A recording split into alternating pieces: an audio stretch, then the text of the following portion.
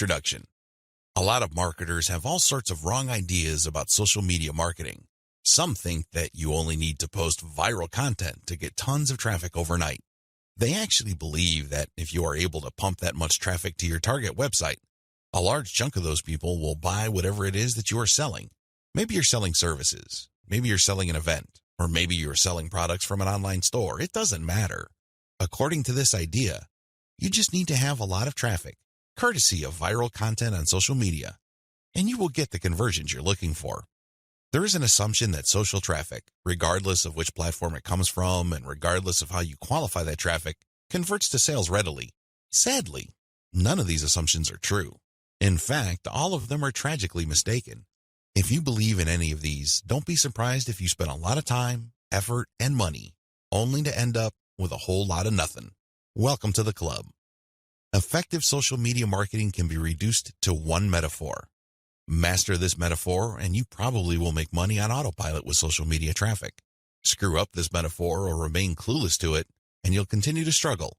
You'll continue to believe that social media traffic can easily be generated through viral content. You might keep running after that unicorn, only to get tired and frustrated. It doesn't have to be this way. You just have to have the right metaphor or the right conceptual model to make social media marketing work for you. Best of all, you can make it work on autopilot. You probably have heard all sorts of set it and forget it systems. You probably bought at least one of these products. Well, they're definitely on the right track as far as their label. Social media marketing can be automated. It can be mastered to the point where it can produce income after you've set it. But getting there is another matter entirely, and that's the price people have to pay. And unfortunately, most people are not willing to pay that. They're excited about shortcuts, but they're not willing to take the stairs to get to the top. At the back of their minds, they're thinking that there has to be some sort of elevator. There is no shortcut. You have to work with this metaphor. And what am I getting at? Well, the secret to effective social media marketing is an inverted pyramid. It looks like a funnel. That is the metaphor you should have in your mind when thinking of ways to get traffic from social networks and social media platforms and turning that into cold, hard cash in your bank account. I need you to keep this idea of an inverted pyramid in your mind. It should have a wide base at the top. The top of that pyramid is heavy visibility. It has to be there. You need to be visible on the 4 major social media platforms. I'm talking about Facebook, Twitter, YouTube, and Pinterest. Taken together, the traffic volume you can get from these 4 platforms is mind-blowing. They can potentially pump a tremendous amount of traffic, but that's just part of the equation. That's just the top of the funnel. Potentially, you can push a lot of traffic from the top. That's how wide the top of the funnel is. This training will focus on these 4 platforms, but you can pretty much use the tips that I'm going to share with you and modify them to market on other platforms since many of these principles easily apply. You might need to modify them a little bit. For example, if you were thinking of marketing on Instagram, a lot of the things that I will teach you about Facebook, Twitter, YouTube, and Pinterest can be tweaked to work well on the Instagram platform. Now that you have a clear idea of the heavy visibility that you can achieve with social media, keep in mind that visibility does not mean traffic or clicks to your site. This is a myth. The visibility that I'm talking about means visibility on those platforms. When people share your content within those platforms, you can enjoy a tremendous reach within such platforms. But this does not automatically mean that when you share content on Facebook, people who see your link on the materials shared by their friends would automatically click them. Get the idea out of your head that raw visibility, or as Facebook terms it, reach, automatically translates to traffic. It doesn't work that way. Instead, you need to start with heavy content visibility on each platform. People must see your stuff there. You must achieve a wide enough reach. People may not necessarily click on through to your site, but that's secondary. At this point, you just want your brand to be visible. You just want people to become familiar with your brand. So what's the big deal about visibility anyway? You may be thinking, since visibility doesn't mean actual visitors to your website, what good is it? Think about it this way. When was the last time you saw an ad for the first time and automatically clicked it? If you're like most other people, you probably would want to see the ad show up a few times for you to become familiar with it. You might glance at it from time to time. You might read the description from time to time. But after enough showings, you might seriously think of clicking through. The same applies to your content on social media platforms. Don't expect that just because you come up with catchy titles and nice attention-grabbing graphics that this is enough for you to expect a tremendous amount of clicks to your website. It doesn't work that way. People have to be comfortable enough. Your content has to become familiar enough for them to click on it. When audience members click on the content you share through your social media accounts, they get a chance to like your page, follow your Twitter feed, pin your posts, or subscribe to your YouTube channel. They still stay on the platform, but they get a chance to subscribe to your account or follow you. This is the second stage of the social media funnel or inverted pyramid. You have to develop some sort of in-platform credibility. Your content is not just this random material that came out of nowhere. Even if people don't click on it, they see enough similarity in terms of branding, graphics, as well as other content cues so that your brand stands apart from everyone else's. Again, they may not necessarily be motivated to click, but with enough repetition through social media channels targeting certain topic categories and hashtags, your brand doesn't remain an unknown quantity. Once you have people checking your content out through your social media accounts, you can then send them call to action content, CTA. This content recruits people to your mailing list. This social content that you're sharing offers some sort of incentive. Maybe you're giving away a free booklet. Maybe you're giving away software. Whatever the case may be, there is some sort of giveaway to incentivize people to click on that link, enter their email address, and join your mailing list. Whether you use freebies, special content, special free tickets to an online webinar that's pre-recorded, it doesn't really matter. Whatever the case may be, the end game is to get people to join your list. The end game? When you look at the funnel, the end game is to get people to that narrow end of the funnel. At that end, you're not necessarily getting them to click on an ad to buy something. You're doing something far more valuable. Instead, you're calling them to action so they join your list. You are converting your social media reach, meaning the top end of the funnel, to list membership, which is at the very narrow point at the bottom of the inverted pyramid. This is where the magic happens. Once people join your list because you have successfully incentivized them to enter their email on your squeeze page, you get a tremendous opportunity to build a long-term sales relationship. That's really the best way to describe it, because when people give you their email addresses, what they're really telling you is that they trust you enough to want to have a business relationship with you. This means you should not abuse that relationship. You should not send them garbage. You should not send them spam. And by spam, I'm talking about material that is not related to the topic of your list. Stay on message, because if you're able to do this, you would have a tremendous opportunity to shape the conversation and continue to sell and convert your list, not just once, not just twice, but over the long haul. There are many successful list marketers who make 7 figures every single year, and all they have is a mailing list. It all depends on how you build that list, who's on that list, and what you are selling on that list. Regardless of how you cut it, you can turn what would otherwise be a huge amount of social media reach into a loyal list. This is the secret to effective social media marketing. You probably haven't heard this before. I wouldn't be surprised, because the vast majority of social media marketing books out there try to trick you into thinking that you just need to harvest all this traffic from social media so people can click like monkeys on the ads on your website. Maybe that worked when Facebook first launched nationally. It definitely doesn't work today. Sadly, this is where too many marketers fail. They screw this up. Now that you know the secret, here's some bad news. This is precisely the point where too many marketers screw up. When they're sending social media content, they promote their squeeze page directly. Although the squeeze page gives away freebies and incentivizes people to sign up, this is too much too soon. And, not surprisingly, a lot of these marketers burn through a lot of exposure just to get people to their list. Worse yet, when these people join their mailing list, they're completely unprepared. They don't know what to expect. They're not properly conditioned. A lot of them are not even fully qualified to become list members. So what do? They end up doing a whole lot of nothing. This is actually the worst kind of list member. It's much better to just have a very tiny list, because if you have a huge list and almost everybody doesn't do anything to put money in your pockets, you're going to be paying for those list squatters month after month. Alternatively, you might attract list bouncers. These are people who join your list just to get whatever premium you're offering, download it, and then promptly unsubscribe. They have effectively bounced from your list. Effective social media marketing.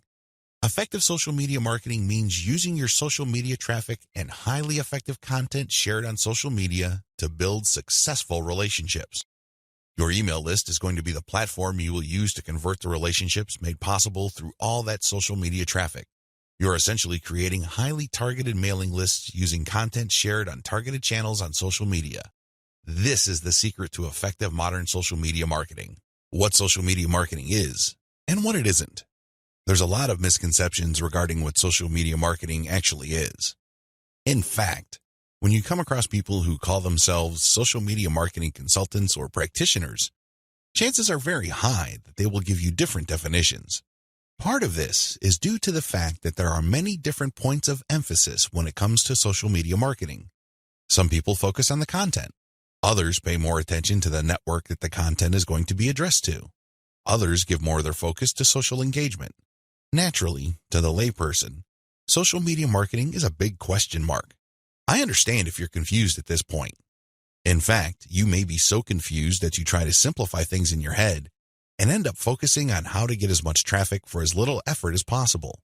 That is precisely how a lot of online entrepreneurs and marketers approach social media marketing. Sadly, that is a one-way ticket to failure or disappointment. It's not just going to work out sooner or later. With any kind of project, you have to have the right definition. Otherwise, you're making things harder on yourself. Depending on the definition you go with, you might have all sorts of expectations. And if these outcomes do not come to pass, your resolve and your motivation levels start to suffer. You have to work with the right definition. A winning definition. With all of the above said, what is social media marketing for our present purposes? Well, since this training uses list marketing as its main vehicle for converting social media reach into cold, hard cash, social media marketing is all about content-based audience relationship building. Let me repeat that. Social media marketing is all about content-based audience relationship building. You need to use content in a strategic way. You need to speak to certain audiences and build a relationship with them. This relationship is not this broad word that makes people feel good, but ultimately doesn't mean much of anything. Instead, this relationship has a tangible form. And I am, of course, talking about your mailing list. Once you get people on your mailing list, that's when the fun begins. Everything else is just a workup or a preliminary prior to that point. You need to get people on your list. Social media marketing is going to be your primary vehicle to get people to your list. Everything has to revolve around that list. And this must shape, inform, and guide your social media actions. Managing your expectations. A content-based audience relationship approach to social media marketing sets different expectations compared to other ways of defining this type of marketing.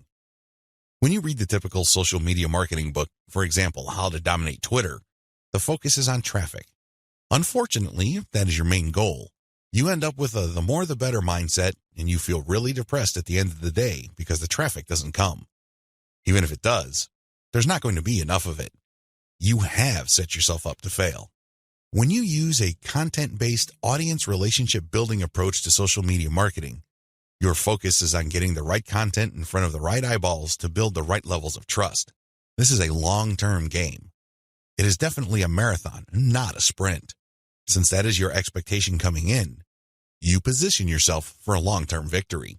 You're not going to be the typical failed social media marketer who jumps into the game with both feet, only to find out that the traffic simply isn't there. So what do? That's right, they quit. Manage your expectations by focusing on the right definition and you will be okay. The worst thing you can do right now is to sabotage any chance of future success by defining the problem the wrong way and filling your mind with all the wrong expectations. Social media marketing can build brands if. Now that we've defined social media marketing, the next step is to focus on the end result of this content-based audience relationship building approach. If you do everything right, you walk away with a brand. And let me tell you, that is the best asset you will ever have. Now, in terms of real-world traffic, you may get a low to moderate level of traffic, but if you build a solid brand, that traffic is all you need. That is qualified traffic. These are not random people just blindly clicking on links out of curiosity. These are people who are actually interested in whatever it is you are trying to sell. They want to truly learn more. They want to build a relationship with you because they want to know what you're about, like what you have to offer, and eventually trust whatever it is you are pushing. These are real people. And this is only possible if you build a solid brand. You have to deliver solid value. I wish I could tell you that content marketing is enough to do it. I really wish I could say that, but that is not true. That only explains part of the situation. Sure, you have to deliver content that people truly are interested in, but at the end of the day, when they join your list, they are expecting and deserve value. That's how you build a solid brand. When people join your list, they will quickly find out that they did not waste their time because you send high-quality updates that actually add value to their lives. Social media marketing can explode the rate at which brands are formed. That's why a lot of people are ranting and raving about social media marketing. But a lot of them are clueless as to how to build a solid brand. Most of the time, they just stumbled into it. I'll let you in on the secret. It's all about content-based audience relationship building. There are many different parts to that equation, and I'm going to walk you through them in a practical way in the following videos. In this section, I just want you to wrap your mind around the definition and the expectations that flow from it. This is how we tightly define the project that you're going to embark on. Anything less, chances are, you're going to beat yourself up unnecessarily because you just had unrealistic expectations. This is not one of those get-rich-quick schemes. This is not one of those overnight success stories. This requires real work. This is the real deal. Are you ready for the journey? Great. Let's get on to video 2. 8 reasons why you need to do social media marketing. Just to be sure, if you are in any way, shape, or form unclear as to the value of social media marketing, here are just 8 reasons why it needs to be part of your comprehensive online marketing plan.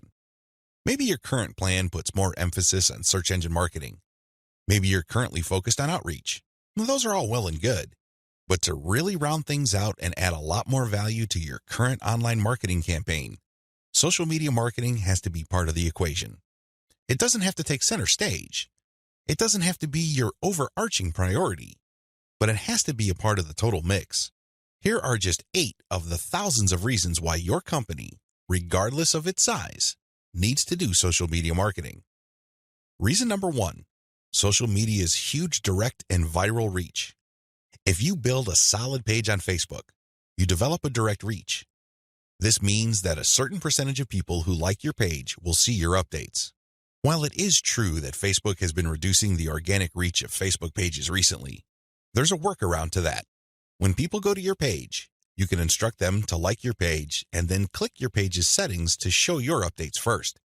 You might want to show a video that teaches people how to do this. You might even post an animated GIF. Whatever you do, clue people in that they can fix their settings to see your updates first. Now, for people that take the time and bother to do this, you have to offer content that is really valuable. This puts the onus on you. There has to be real value on your page for them to want to do this. But you can increase your direct reach by instructing people. On top of that, when people like your content, they can share it on their wall. Since people on Facebook have friends and their friends have friends, this can easily have an exponential effect. In fact, even if your page only has 100 likes, but these are real people with real friends, don't be surprised if one of your posts gets really viral and spreads all over the place. Social media enables you to have a large direct reach. It also provides you with a tremendous opportunity to enjoy an exponential content coverage. Reason number 2, social media is habitual. While different demographics have shown softening or weakening of social media usage on a daily, weekly, or monthly basis, this still doesn't take away from the fact that a lot of people habitually use social media. In fact, a lot of people do this the first thing in the morning. When they wake up, they go to their mobile phone or tablet and check their updates. It can easily become a habit. This gives you a tremendous opportunity to get your content and brand in front of many interested eyeballs. Reason number 3, target audiences use different content formats. The great thing about social media marketing is that you're not restricted to just one content format. You're not restricted to video, pictures, links, blog posts, text, or audio files. Instead, different platforms specialize in different formats. And when you create content for one platform, you can easily make different versions of it in different formats to spread out to other platforms. For example, I write a blog post and post it on Facebook. I create a very attention-grabbing graphic for that blog post. So when I post it on my Facebook page, A preview of the image shows up and it grabs a lot of attention. People click on it and they end up on my website. I can take that graphic and share it on Pinterest.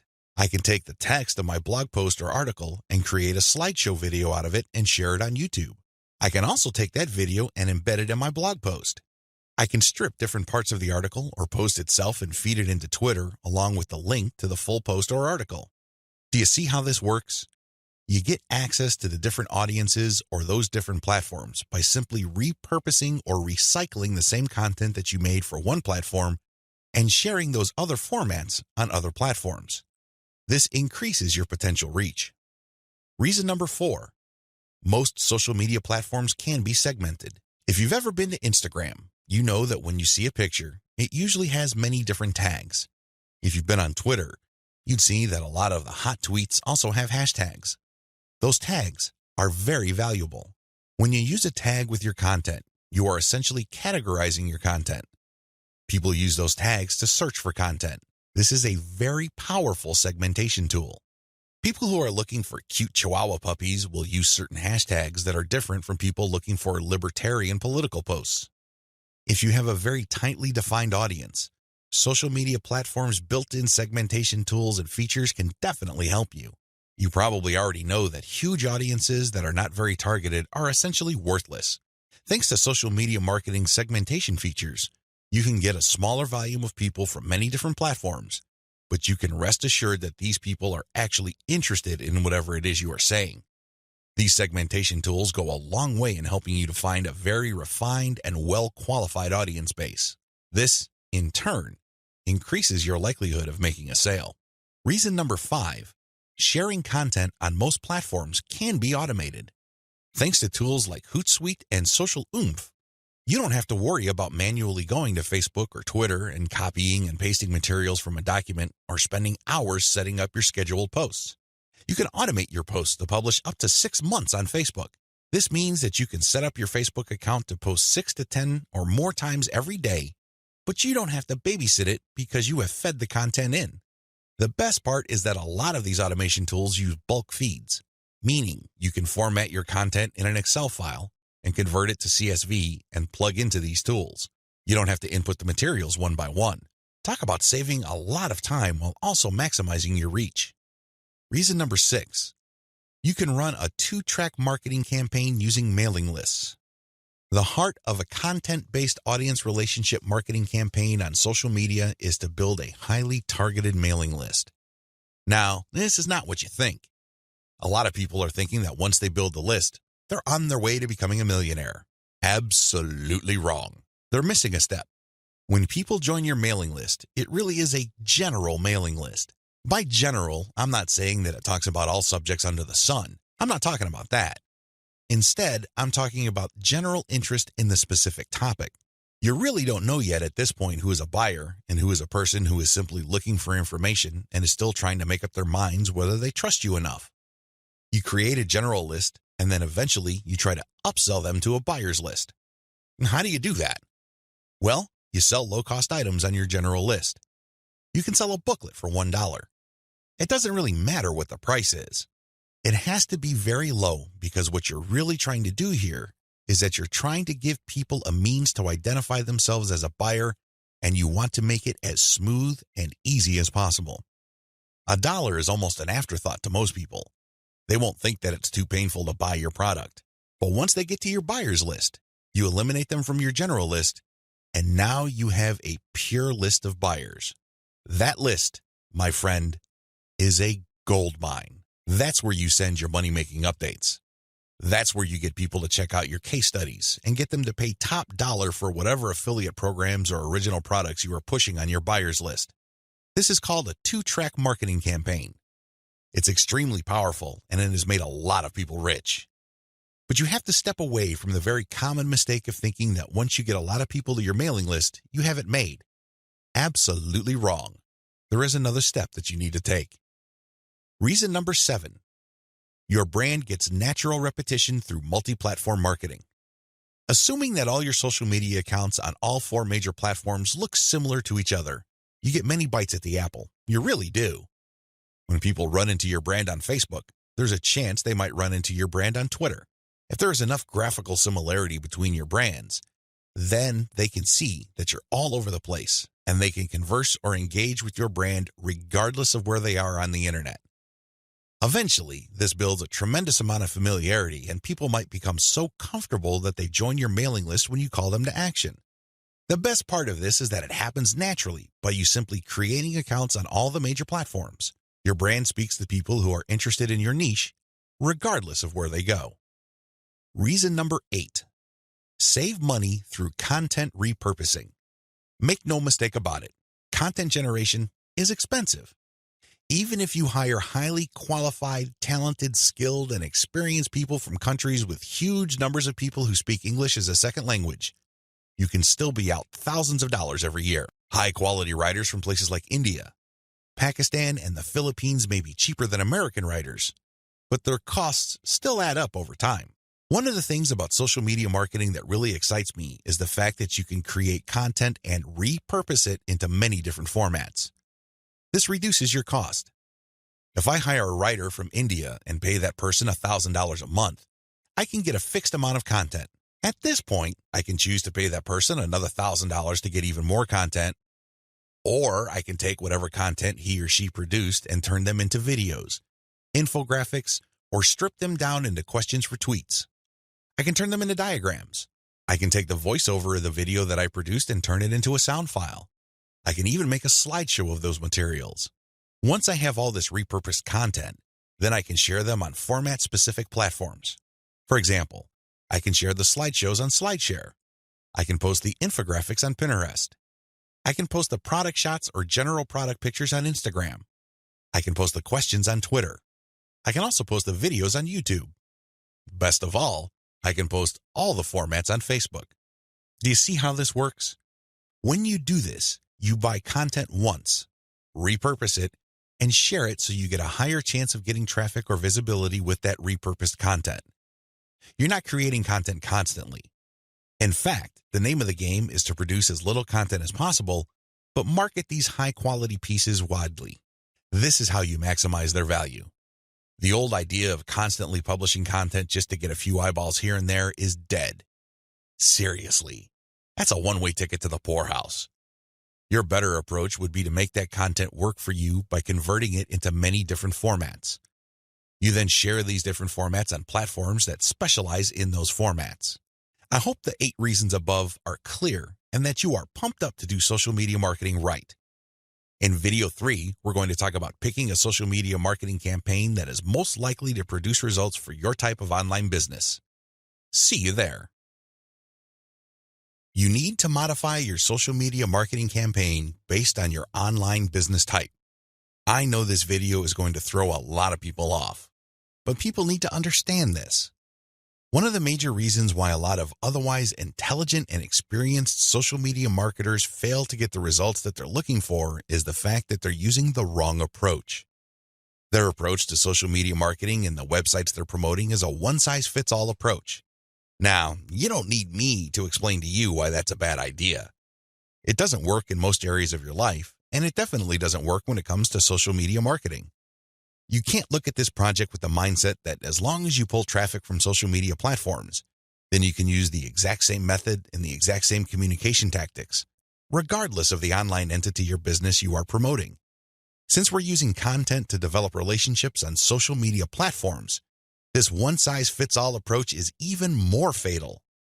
I mean, it's a bad enough idea as it is, but if you were to use a content-based campaign, it gets even worse. The reality is that different business types require different content and publishing strategies. You have to customize, modify, and tweak your particular content and publishing strategies on social media to fit the type of website you are trying to promote. Now, there are a huge number of website variations out there. In fact, there are too many. I would venture to say that the only limit really is your imagination. But if you were to categorize these different website types into 4 rough forms, they would more or less fall into the following: publishing, e-commerce or dropshipping, email lists, and traffic sales. Again, there are many variations of these, but if you were to look at the different types of businesses out there, you can pretty much reduce them to these 4 types. When you study these closely, they have different needs. They have different features that must be addressed. Otherwise, you're not going to get the results you're looking for.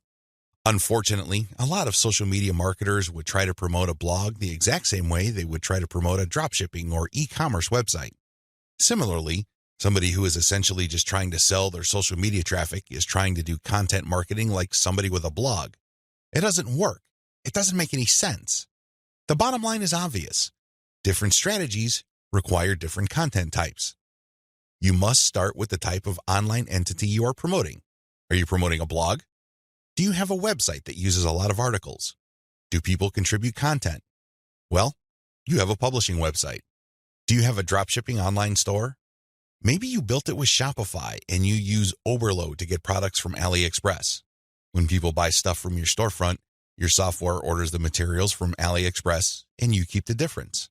Maybe you sell from your own inventory. It doesn't really matter. You run an e-commerce website. This is very different from a publishing business. Similarly, if you make your money through your mailing list, you can't market on social media the same way as you would if you had an online store. Again, different strategies require different content types. What do you have available? Now that I've gotten you thinking about how special your specific website target is, I need you to look at the different content types available to you. You need to think outside the box.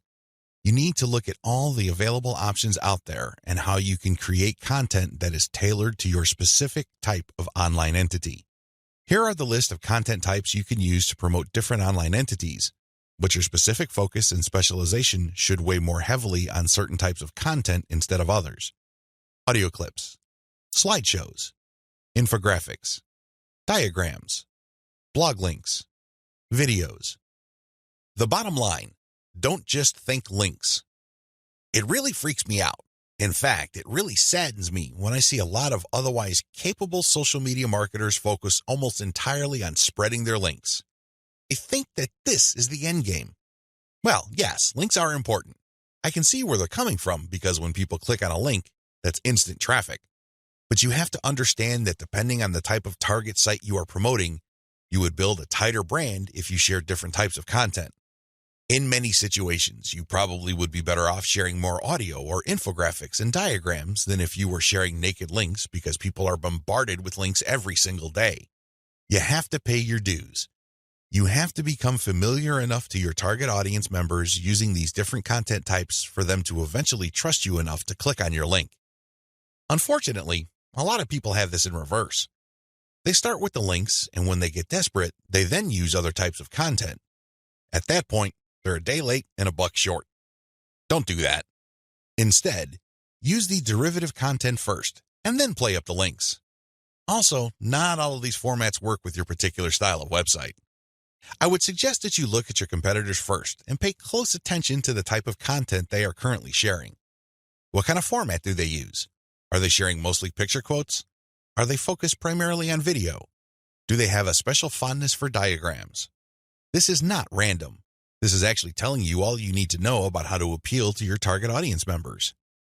This is no time to be revolutionary and come up with something new completely out of left field. That's not going to work. There's a reason why your competitors are not doing this. At this point in the game, you should focus on what everybody else is doing and reverse engineer their formats. Once you have established a distinct brand, then you can experiment with different formats, different ways of doing things, and possibly coming up with something that is distinct to your brand. But until and unless you reach that point, you need to focus first on reverse engineering what everybody else is doing. In other words, let them do your homework. Focus on what they're doing right and build on it. Figure out their areas for improvement and come up with a more compelling offer. Pay attention to what they're not doing. Avoid those because, obviously, it doesn't pay. I hope I'm being clear here. Make sure that your content types as well as your sharing strategies fit the type of business you're in. A little bit of reverse engineering can definitely go a long way. The classic way to do social media marketing and why it is a waste of your time. Before I jump into the actual meat and potatoes of this training, I need to devote some real estate to how other people are doing social media marketing. I need to do this because it's very tempting for people to engage in the same practices. I can see where they're coming from. It is easy. It's like seeing some chump change in front of you, and it's almost irresistible to fight the urge of bending over and picking up that change. But when you do that, it will throw you off. It will give you a false sense of incentive or reward, and don't be surprised if you end up giving into your worst instincts, only to walk away with less than nothing. This happens all the time because human beings, being the way they are, would always take the path of least resistance. Who can blame them? But by warning you about how this works out, it is my hope that you stay away from this and focus instead on investing your time, effort, and energy on the right way to do things. The classic approach to social media marketing. So what is the classic approach to social media marketing? Well, it's actually quite simple. Whether we're talking about Instagram, Twitter, or Facebook, you need to only follow, like, or friend people who are interested in your niche. You connect with all these people, and then after you have followed them, a lot of them would actually follow you back. For example, on Twitter, for every 100 follows, don't be surprised if maybe 20 to 30 people follow you back. Now, this is where it gets really bad. Classic social media marketers would then spam their followers. They would just send all sorts of unrelated garbage, and then they would unfollow. Do you see the pattern? Follow, get followed, spam, unfollow. I wish I could tell you that they do this sporadically, but instead, these self-professed professional marketers use all sorts of sophisticated software to do this. Up until a few years ago, this worked like a charm. This was a great way to get a lot of Twitter traffic, but not anymore. This pattern instead can get you banned. More importantly, whatever traffic you do manage to get using this tactic is not going to be any good. Why? There's no targeting. You're not pre-qualifying these people who would follow you. The only reason why they followed you in the first place is because you followed them first. Where's the selection there? Where's the targeting there? Now, you can make wild guesses, but ultimately, it's a volume game and it leads nowhere. The return on effort is not there. I'm not saying that you can't make any sales doing this technique. I'm not claiming that. But what I'm saying is that whatever rewards you get are not offset by the wasted time, effort, and energy, as well as opportunity costs involved. You're better off using a quality-based approach. Audiences are looking for quality. The bottom line to modern social media marketing is to use quality content. Your content will speak for you. Your content will do the pre-sales job regarding your brand. In other words, your content is your representative. It speaks to the values you want your brand to be associated with. The sad reality: even if the follow, get followed, spam, and unfollow technique still works for some people, the rules have changed. Social media platforms will reward or punish you based on engagement. If you want an extreme example of this, just look at Facebook. Facebook used to be a traffic goldmine. Not anymore. You need a really high level of engagement to preserve your reach on Facebook. If you get normal levels of engagement, good luck. That's how bad things are. And that's why I need to take this time to spell out why this classic social media marketing no longer works. Other failed methods. I would be remiss in my duty to educate you on failed social media marketing strategies if I don't also mention other failed techniques. First, hashtag hunting no longer works. This technique involves marketers finding hashtags that are trending. They basically would publish niche-specific content, but use unrelated or irrelevant hashtags and pair them with their content. They do this because they want to hitch a ride on the upward trend of those hashtags. They know people are searching for those hashtags. They know that these hashtag trends are hot, so they want to poach as many eyeballs as possible. Unfortunately, the traffic that you get is not going to be any good. People are looking for specific types of information, and when they see that your content is so obviously unrelated, they're not going to click through. You might even get reported. Another failed method you should stay away from is influencer spamming. There are many influencers in most all niches. If you want to see this in action, go to Facebook or Twitter. There are many specialized pages and specialized Twitter accounts. Now, constantly mentioning those influencers on your content is not going to help if your content doesn't really add any value. There has to be a reason why you are engaging with these influencers, and drawing their attention is not enough. Getting them to look at your content because you think your content is hot is a lousy idea. Instead, you should focus your engagement tagging based on what they did. For example, if an influencer was talking about recent trends in athletic shoes, then that person would be fair game for an article I post regarding the latest trends in athletic shoes and what they mean in terms of the bottom line of large footwear apparel companies. That influencer would be directly interested in what I have to say because I'm sharing content that is not only high quality, but is directly related to stuff he or she is already talking about. Do you see the specificity here? Do you see the direct link? Now, compare this with an influencer who talks only about Forex, and I tag that influencer when I'm talking about Bitcoin. That person's going to get annoyed. Do you see the difference? Finally, automated publishing with no outreach is not going to work. Basically, what you're doing is throwing spaghetti on the wall and hoping something sticks.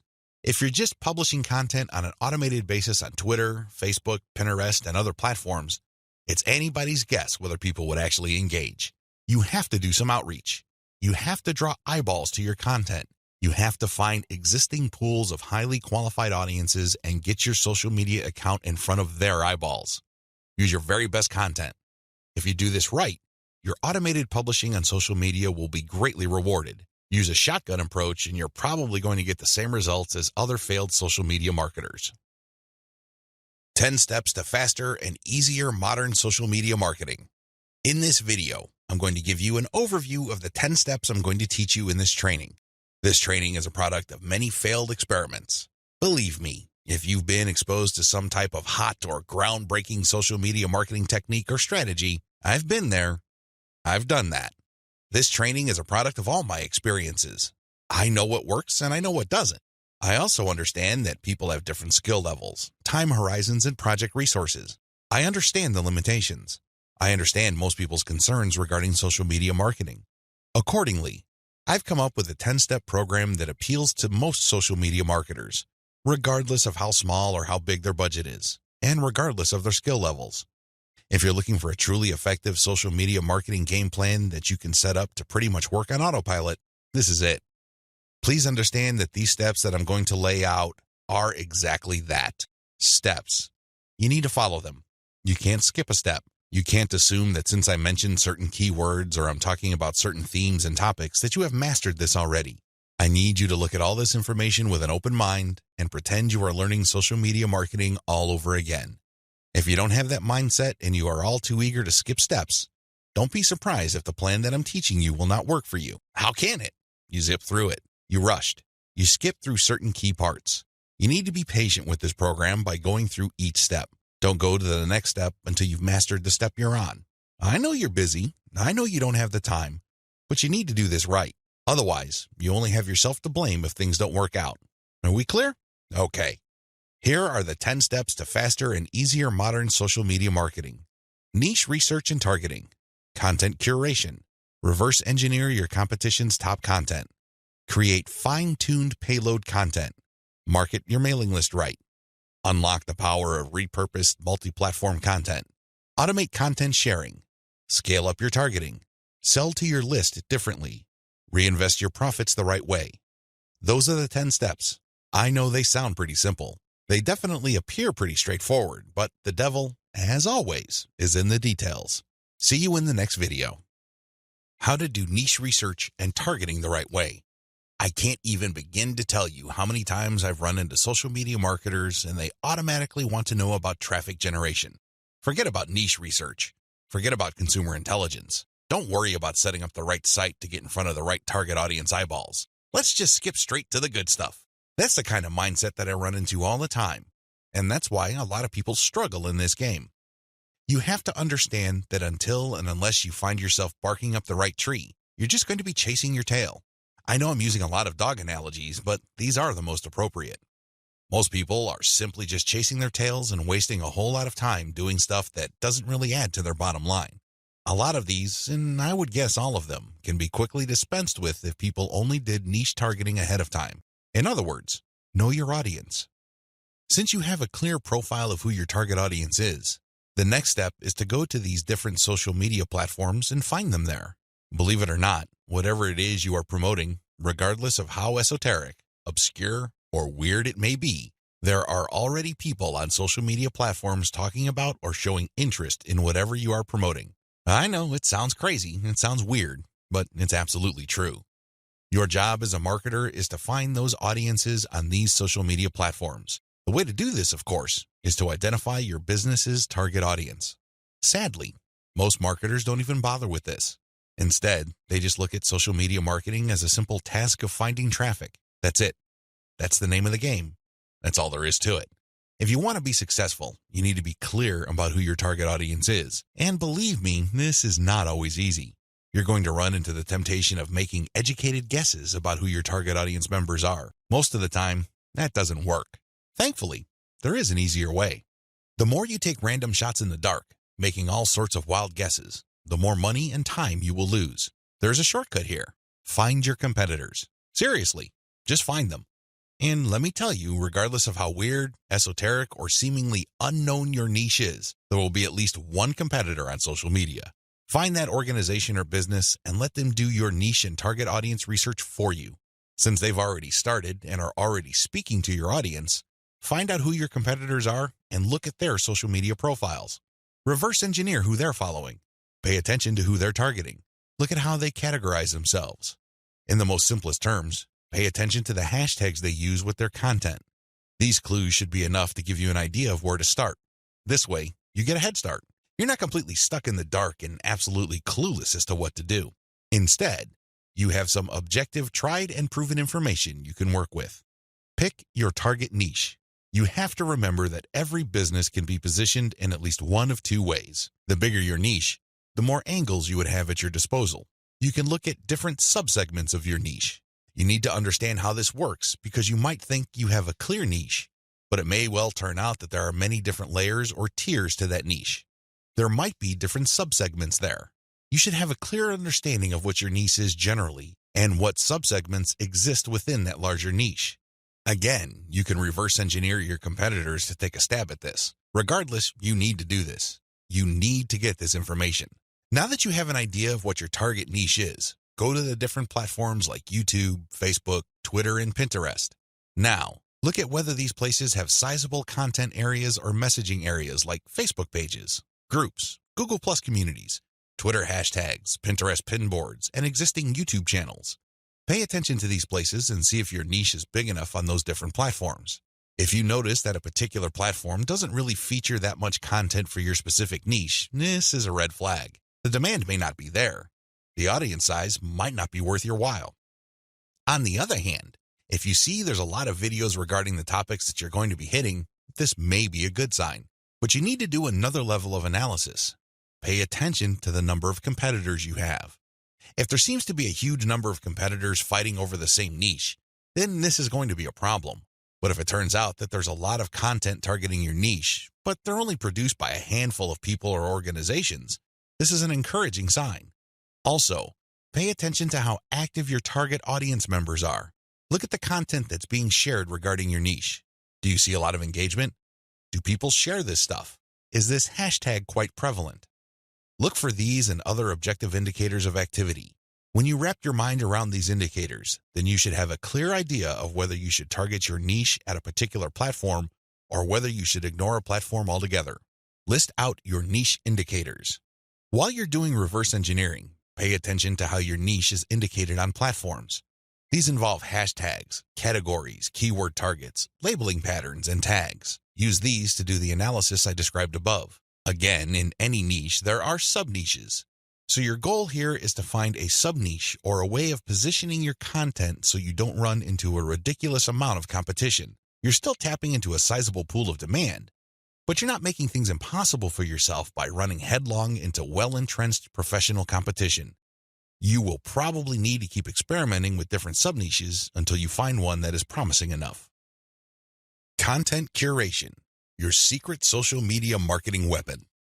Now that you have picked the specific sub-niche that you're going to be targeting, as well as finished doing advanced research on where your sub-niche or niche segment audiences are located on social media platforms, the next step is to find content. I've got some good news and some bad news. The good news is that you stand to save a lot of money. The bad news is that you need to put in a lot more time and pay attention to details. There are no two ways about it. You cannot drop the ball when it comes to the quality of the content that you are going to be sharing on your social media accounts. Each and every piece of content you share must build your brand. This is non-negotiable. You can't just pick random pieces of content that somehow, some way has something to do with your niche. That's not going to help you get the right eyeballs. That's not going to help you establish the kind of credibility and authority you need to eventually convert highly specific and qualified traffic from social media into cold, hard cash. What is content curation? As I mentioned above, you stand to save a lot of money with content curation. This should be obvious. After all, you're not going to be using the content that you yourself created. Content curation is all about picking other people's content and sharing those materials on your social media accounts. This creates a win-win situation. Since you're sharing links and descriptions of such content, the creator of that content gets free traffic. You, on the other hand, get to build up your credibility because people are rewarded for following your accounts with highly targeted, highly specific, value-added content. Everybody wins. The user wins, you win, and of course, the original content creator comes out ahead. This is how it's supposed to work. You win big time because you save a tremendous amount of money not having to create a huge amount of original content. If you've ever tried to write your own stuff or outsourced content creation, whether in the US or to other parts of the world, it can get quite expensive very quickly. Content curation enables you to build credibility with your audience in a very inexpensive way. You use other people's content. You get to entertain them, build credibility, and gain their trust. The downside here is the time. Sure, you're not spending greenbacks, but you're definitely going to be spending time. As I mentioned above, you cannot be indiscriminate when you are trying to do content curation. Whatever goodwill you have built up for your brand will go up in smoke if people catch on to the fact that you are just randomly curating and spreading low-quality content that may have something to do with your niche. That's not going to cut it, not by a long shot. Adopt the right content curation strategy. Now that you know where your target audience members are on social media platforms, you build credibility by populating your social media accounts with highly credible, high-authority third-party content. This is called curation. In between those materials, you're going to be sharing your own original content. From time to time, you're going to call people to action to take a look at the incentives you're giving away for them to join your mailing list. This is how you play the game. When people follow you, they are rewarded with top-notch content. It doesn't really matter whether you produced that material or it was written by somebody else. Your followers get rewarded for following your account. They get niche-specific material. Eventually, you build trust with them because you only send them the very best materials. They start paying attention to your own materials. More importantly, they start noticing the content you share, which actively encourages them to sign up to your mailing list. This is the key. You intersperse your own original content. You create an impression of quality in their minds because you're sending only the very best third-party content. You then mix in your own original content, which is of the same quality as the other stuff you're sending. Eventually, they warm up to your brand, and this is where your call to action content comes in. You call them to action regarding the freebies you're giving away. Maybe you're giving away software, a booklet, discount codes, or even a full-blown book. It doesn't matter. You are ethically bribing them to enter their email addresses so they can download the incentive. That's how you build up your mailing list. On top of all this, when people join your mailing list, you call them to action to share the emails that you're sending them.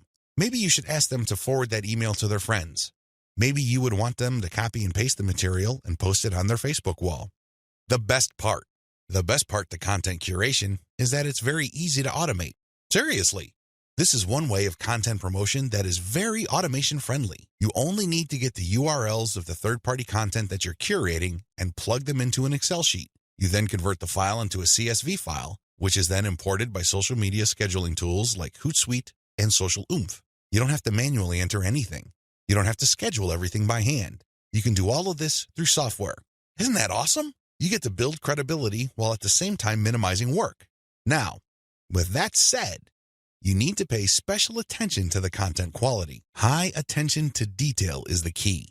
You have to resist the temptation of running basic keyword searches on Google or on social media platforms and grabbing anything that is somewhat related to your niche. That is a one-way ticket to brand destruction. You worked hard to build your social media brand. It really would be a shame to see it all go up in smoke because the content you're curating is very unpredictable when it comes to quality. There may be several days when you're sending the very best, cutting-edge reports on your niche, followed by a few days of just completely worthless content. What do you think prospective fans would think? Either they would think that your brand is unreliable or you're unprofessional. Whatever the case may be, you're not going to be convincing people that your brand focuses on the very best in your niche. You need to be very discriminating when you select your content. You have to read through the materials. Make sure that the content is alive, updated, and well-written. This, of course, takes time. The trade-off, obviously, is that you don't have to spend money. Regardless, you need to pay close attention to the content that you're sharing because it represents your brand. The quality it contains either makes your brand look good or erodes your brand. It's your choice. Reverse engineer your competitors' top content. In the previous video, I mentioned that you're going to have to mix in your original content. Now, the question that's probably on the top of your minds is, how do I know which content to produce? Well, there are two ways to do this, like I mentioned earlier in this training. You can try to figure out things on your own and engage in all sorts of experiments, or you can just simply allow your competitors to do your homework for you. I hope you can see which path is the easiest. It should be obvious. If you are sending the very best content on your niche, your original content must be at the same level or better. Otherwise, your followers are not going to take the bait. They're not going to trust your brand. They appreciate the fact that you're collecting all this information, and they're probably going to stick around and follow your social media accounts. However, you can't count on them to do much of anything else. There's really no incentive for them to join your mailing list. Why should they? Your content is not that great. They only need to compare the kind of original content you produce with the other top-notch third-party stuff you're sharing to see your weakness. Do you see the problem here? You have to produce top content if you want your brand to be credible. Thankfully, this is easier than you think. Simply reverse engineer your competitors. Look at their most successful stuff. How do you know? Look at the social media indicators of their content. How many likes does their top content get? How many shares? Is there any other indicator that shows that this content actually has traction? Maybe you should pay attention to the number of comments for that content. Maybe you would want to run a backlink checker on a piece of content and see how many other blogs or websites link to that piece of content. This is how you measure the overall success of any single piece of content so you can use it as a template, if you will, for your own content. I'm not saying that you should rip it off. Instead, I'm encouraging you to use it as a starting point and come up with something so much better. Focus on what works.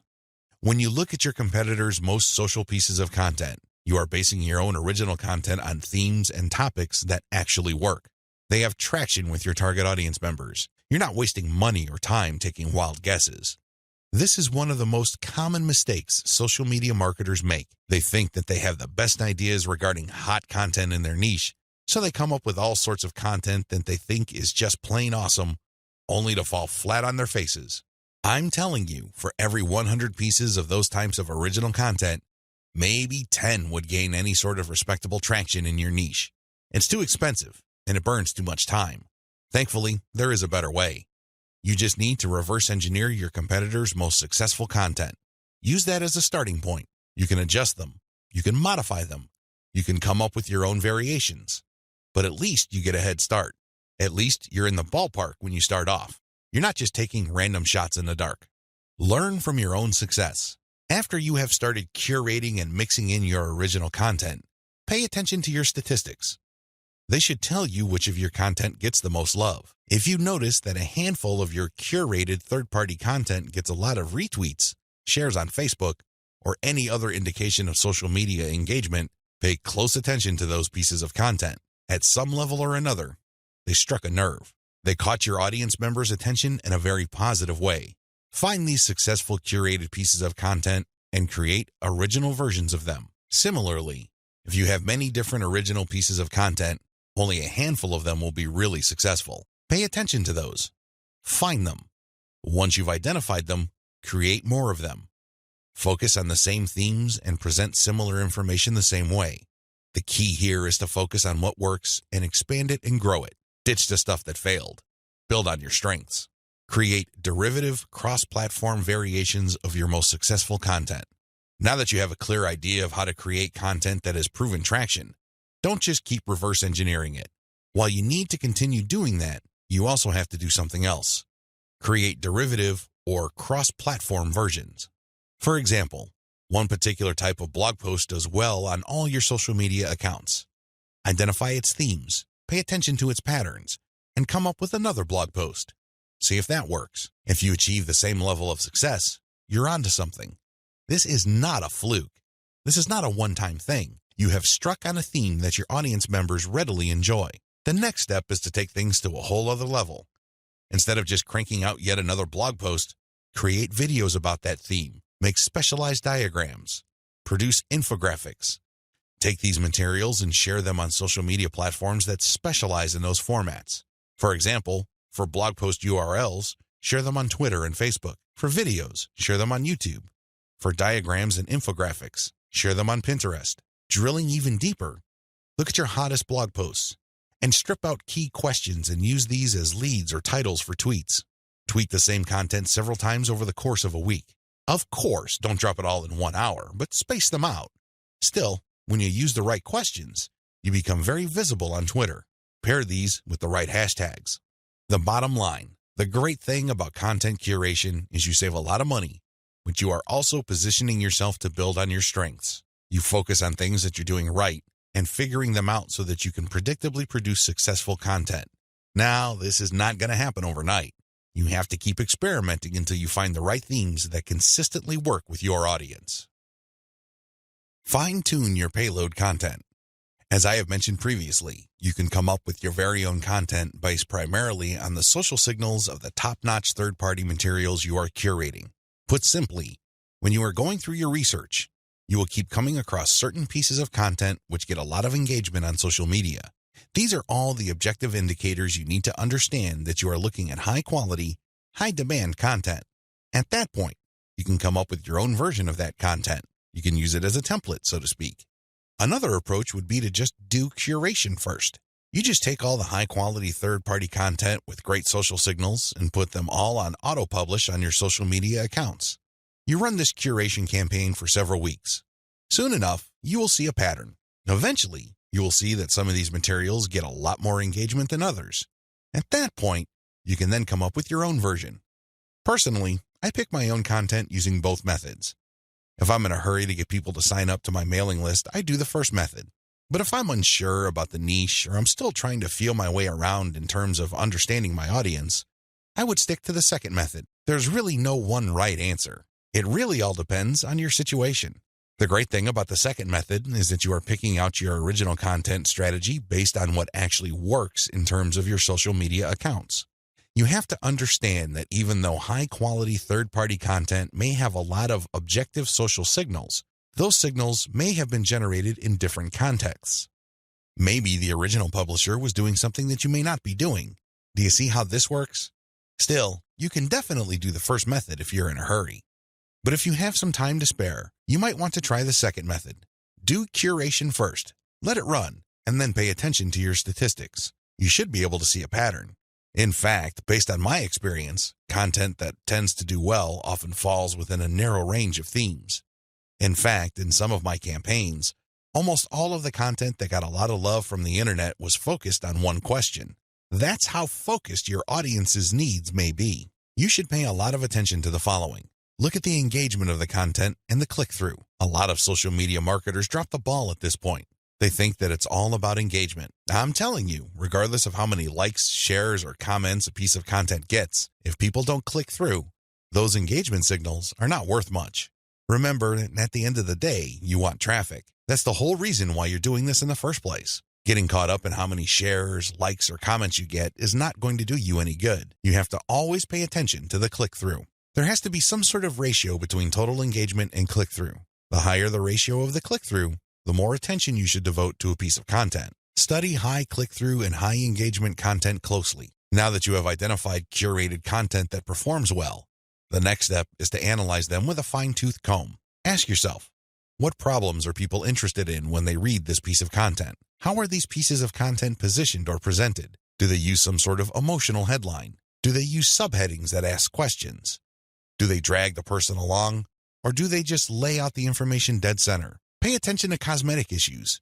People do judge a book by its cover, and blog posts and articles are no different. How are these materials formatted? Do they have big pictures? Do they have header pictures? Do they use diagrams? What are they doing exactly? Once you've answered all these questions and you're comfortable with the answers you got, the next step is to create your own content specification sheet.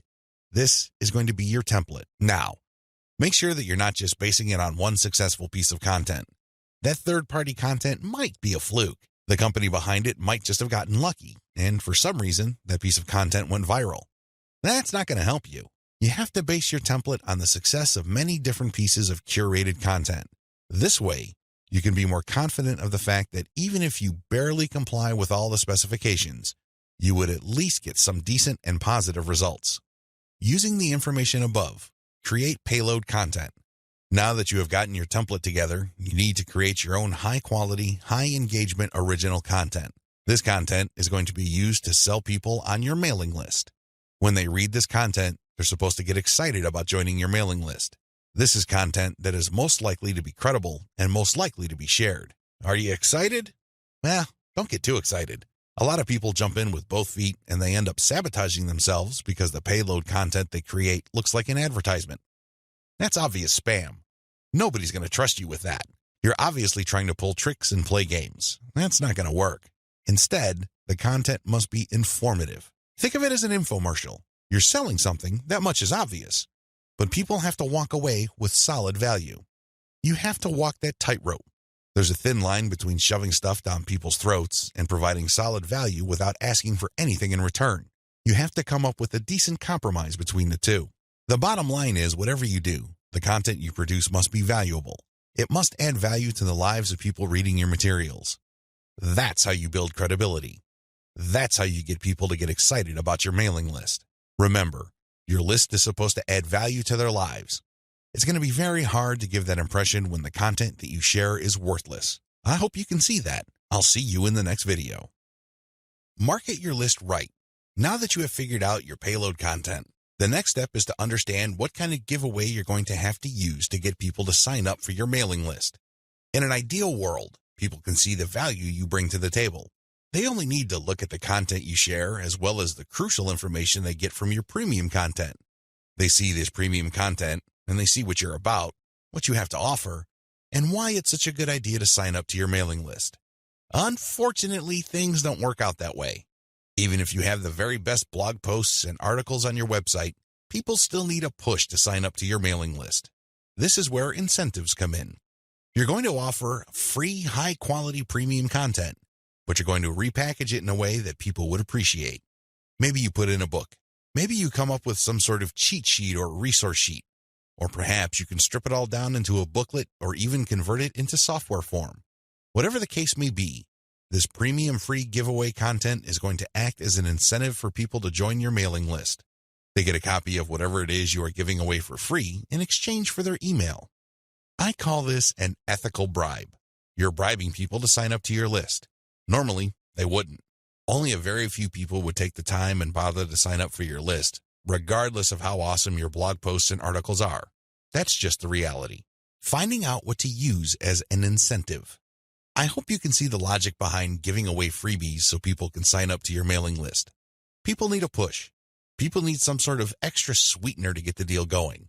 They need something extra to get them off the fence and onto your mailing list. Now, the next step is to figure out what kind of incentive to give away so people would join your mailing list. The good news is, you don't have to start from scratch. You don't have to take wild guesses. You don't have to take shots in the dark. When you pay attention to your top-performing original content, you should have all of the information you need to come up with a compelling incentive.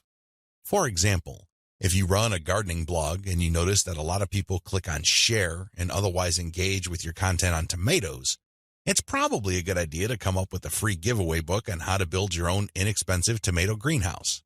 You see how this works? Pay attention to your best-performing original content. Look at the questions they answer and look at the questions they fail to answer. This way, you can use your popular content as a launching area for your incentive content. You let your readers know that if they need more information, and they will because the content that they're enjoying are missing certain items, they should click on this link. That link, of course, is your squeeze page. The squeeze page advertises your giveaway and lists out the reasons why people would want to download that giveaway. It's pretty straightforward. You're just offering premium content that your other freely available content is already pointing to. They're pointing to that content because they don't contain that material.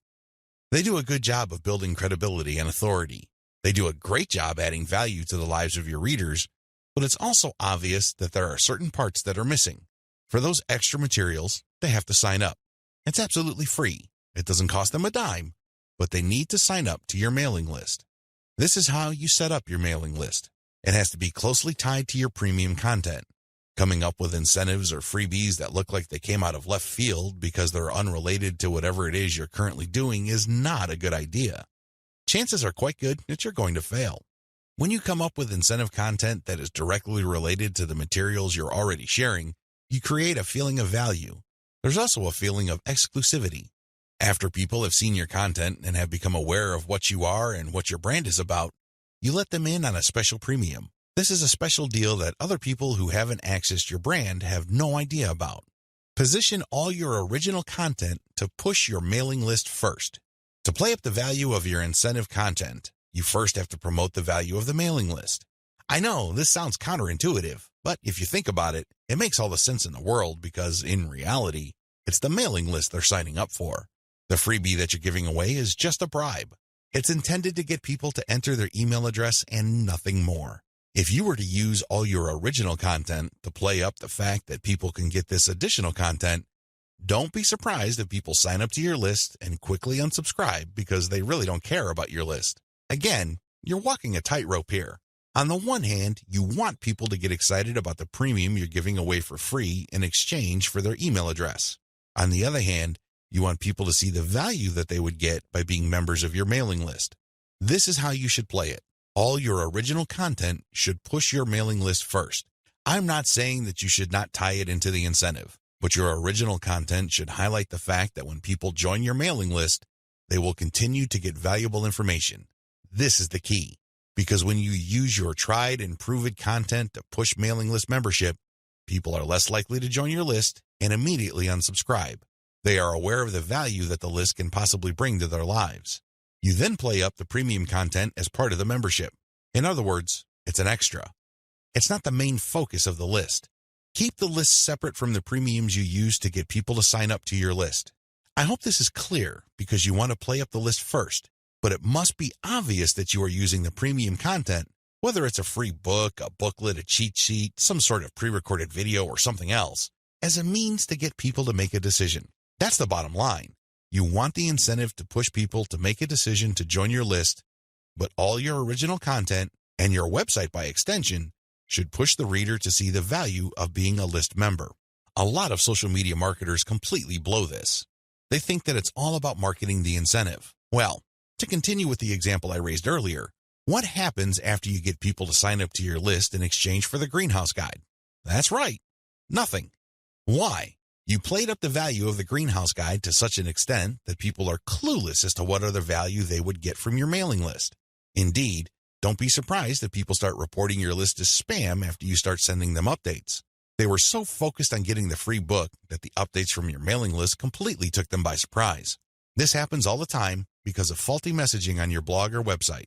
You cannot afford to play the game this way. You worked hard to pull all this social media traffic to your site. You spent a tremendous amount of time, effort, and resources to build a solid brand. Unfortunately, you're dropping the ball if you market your mailing list this way. You must sell the list first, but the incentive must be used to push people to make a decision. This is the proper order of priority. Anything else will fail. Set up your squeeze page for maximum social appeal. As I mentioned earlier, you should use your content to push your mailing list. You should use your content to upsell your squeeze page. But this doesn't mean that you can get away with badly designed squeeze pages. It's not going to cut it. Your squeeze page must be well designed. After all, this page is a specialized recruitment page. When people get on this page, you have to make the case as to why they should join your list, and not just for the incentive. While the incentive takes a big chunk of the real estate of a squeeze page, you should be clear about the fact that people are signing up to your list. With that said, you have to make your case. Why should people bother with your updates? Why should people stay on your mailing list? What kind of value would they get? Remember, people are always asking what's in it for me. Your squeeze page must answer that question effectively, clearly, and powerfully. Your squeeze page must be well designed enough to be able to make that connection, while at the same time, it must be easy to market on social media. Maybe you should have a graphic on your squeeze page that can be easily posted on Pinterest. Maybe you should have a video on your squeeze page that can be easily shared on YouTube. There are many ways you can go with this. What's crucial is that your squeeze page must be social media ready. At the same time, it should also do a good job of recruiting people. Set up the right confirmation page. When people join your list, thank them and make them feel welcome. You also have to clue them in regarding the content they should expect to receive. Make them feel that they just did the right thing. Make them feel that they solved a major problem. Not only do they get access to the digital freebie you're giving away, but they're also going to be receiving valuable information regarding a particular topic that they have problems with. This is how you sell the list. Simply hyping up and over-promoting the premium is not going to help you convert social media traffic into cash. That's just not going to happen. You have to sell the list. You have to build trust in the list. Unlock the power of repurposed content. I've already described this in an earlier video, but this topic is so important it deserves its own standalone video. When you create original content for your blog or website, you already know that this content has some sort of traction in your niche. You already know that there is a significant amount of demand for this particular type of content. Not only did you base your decision on the social signals of your reverse-engineered competitors' content, but you're also picking out content choices based on your own statistics. In other words, you're basing your best content on tried and proven material. You're not taking shots in the dark. You're not taking wild guesses. You're not crossing your fingers and hoping that something sticks. Instead, you have based your decision on what actually works. Congratulations, but you shouldn't stop there.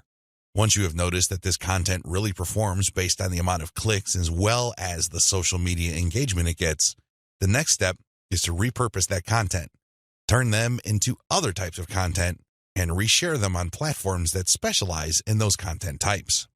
For example, if your blog post is getting a lot of retweets and clicks, you might want to strip the blog post into questions.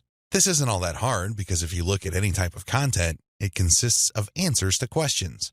The questions may not be obvious. The questions may not be plainly stated, but the content is meant to address certain concerns. These concerns can be reworded into questions. Strip your most powerful and best performing content into a series of questions. Each question then is linked to the article or blog post that answers it. Tweet these and pair them with niche-specific hashtags. By using automation tools, you can rotate different questions that essentially promote the same piece of content. Since you're rotating hashtags, there's a high chance that different people looking for different segments of your niche would become aware of your tweet and possibly click through. Another thing you can do is turn your article into slideshows. Each article brings to mind many different mental images. Come up with different pictures for each of the topics raised by your article and create a simple slideshow using PowerPoint. Share these PowerPoint presentations on SlideShare. You can also use other tools to create a video from your slideshows. Once you've created these videos, you can obviously share them on YouTube.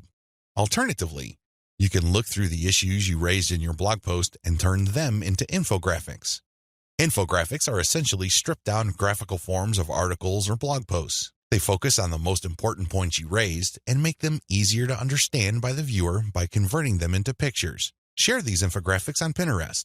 Finally, you should make sure that all your blog posts or articles have a nice header picture. This way, when you load the link on Facebook, a nice preview shows up. It grabs eyeballs and people are excited to share the content. On Facebook, you have a wide range of content formats to choose from. You can share links, videos, infographics, photos, diagrams, and even audio files. After you share materials on your Facebook page, you should then get the link to that post and then share that Facebook page link in Facebook groups that cater to your niche or a related niche.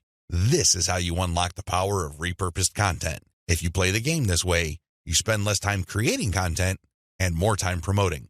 Promotion is the name of the game. You may have great content, but it's not going to do you much good if people don't even know it exists. For every hour you spend creating content, you should spend 10 hours promoting that piece of content. This is how you build up a successful mailing list. This is how you create a solid brand on social media. Start with powerful content, but create different versions and spread it on many different social media platforms. Use automatic content sharing.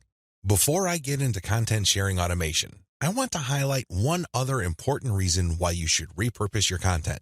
If your audience members keep seeing that you talk about the same stuff over and over again, chances are you will lose them. People want to hear new stuff. People want you to explore other related needs of theirs. They don't want you to basically keep recycling the same stuff over and over again.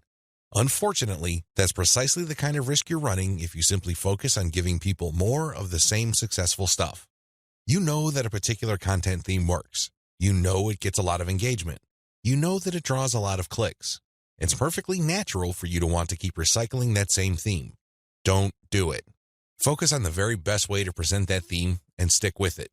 Just do it a few times, but focus more on repurposing. This way, when people get into contact with your content, they can see that you are talking about something that appeals to them, but in different formats. They are more likely to pay attention. They're more likely to click through. They're more likely to share. Keep this in mind when it comes to repurposing. Don't think that Video 11 is completely optional. It isn't. You want your social media feeds to consist of highly successful content as much as possible. It really would be a shame to figure out what works, only for you to get lazy and just focus on text content. I'm sorry to say it, but text content can only take you so far, which brings me to content sharing automation. Since you're going to be sharing a lot of content, and much of this content being third-party as well as original and repurposed content, you're probably going to have your hands full if you decide to do this manually. First of all, since you're going to be covering many different platforms and sharing different formats on those platforms, you have a lot of forms to fill out over and over again. Sure, you may have created an account, one for each of those platforms, but submitting to those places requires you to fill in forms. Posting on Facebook involves form filling. Now, if you really don't have that much content to share, this should be barely manageable. But if you're looking to maximize your visibility by publishing on your social media accounts several times a day, you need to automate. Unfortunately, simply plugging in information into content publishing tools is not going to do you much good. You have to know when to publish. Believe it or not, the vast majority of your target audience members check their Facebook, Twitter, Pinterest, and YouTube accounts within a certain block of time every single day. Post outside of that block of time and you miss the eyeballs of the vast majority of your audience members. Sounds good so far, right? Well, here's the problem. Different audiences have different time preferences. How would you know? This is where experimentation comes in. First, you're going to have to share your content randomly at different times of the day. As much as possible, share content every hour. Set your content automation tools to publish every hour. Let this run for about a week or two. After the experimental period is over, check your stats.